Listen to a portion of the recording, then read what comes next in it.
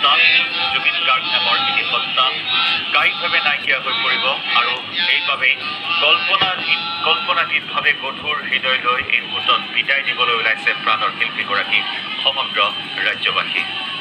এয়া জুবিন ক্ষেত্ৰৰ পৰা পোনপটীয়া সম্প্ৰচাৰ। অসমীয়া জাতিৰ মুখ এৰি সুৰৰ মায়া এৰি এয়া যাবলৈ ওলাইছে প্ৰিয় শিল্পীগৰাকী।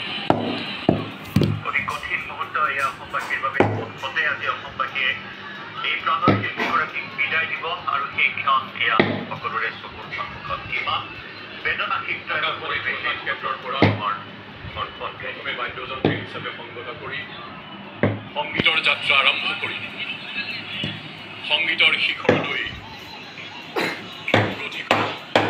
আমাৰ সকলোৰে মৰমৰ হৃদয়ৰ আপোন আমাৰ বুকুৰ আপোন জুবিন দা সদায়